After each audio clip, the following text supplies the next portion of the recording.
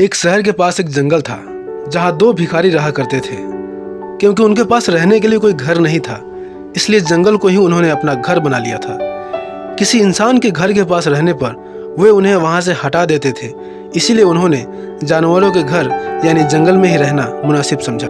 स्वाभाविक रूप से वे दोनों एक दूसरे के दुश्मन थे, क्योंकि दोनों एक ही पेशे में थे और दोनों में एक दूसरे से ज़्यादा भीख के पैसे जुटाने की प्रतिस्पर्धा लगी रहती थी। दोनों भिखारियों में से एक अंधा था और दूसरा लंगड़ा था, और वे हमेशा अपने ग्राहकों को अर्थात भीख देने वाले लोगों को लेकर झगड़ते रहते थे। आप नहीं जानते, परंतु भिखारियों के अपने अपने ग्राहक होते हैं, उनके अपने क्षेत्र होते हैं। वे दोनों भिखारी लगातार लड़ रहे थे। उन्हें एक दूसरे के कारण बड़ा संघर्ष और प्रतिस्पर्धा करनी पड़ती थी भीख मांगने में। इसीलिए वे दोनों सालों से एक दूसरे के दुश्मन बने हुए थे। यह दुश्मनी ऐसे ही चलती रहती, लेकिन एक दिन अचानक उसी जंगल में आग लग गई। अंधा भिखारी चलने और दौड़ने में पूरी तरह से सक्षम था, लेकिन यह उसके लिए खतरनाक था, क्योंकि वह देख नहीं पा रहा था कि वह सही दिशा में जा रहा है या नहीं।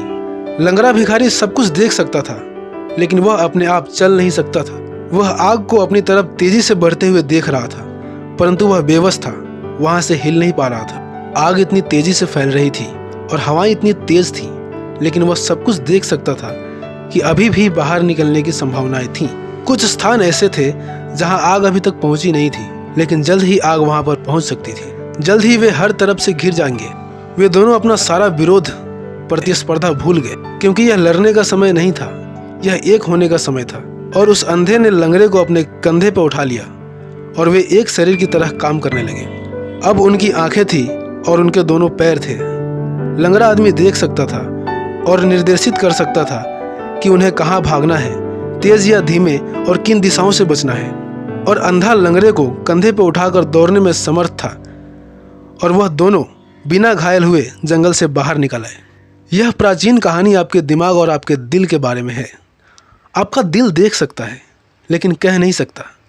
आपका दिमाग कह सकता है लेकिन देख नहीं सकता।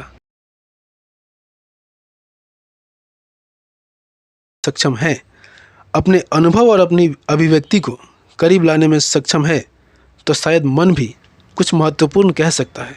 यह पूर्ण नहीं हो सकता, यह संपूर्ण अभिव्यक्ति नहीं हो सकती, लेकिन यह सही दिशा में एक सही संकेत हो सकता है। मैं ऐसा नहीं कहता कि दोनों के साथ आने से गलतियां नहीं होंगी, लेकिन उतनी नहीं होंगी जब वे अलग अलग रहते हुए होती हैं।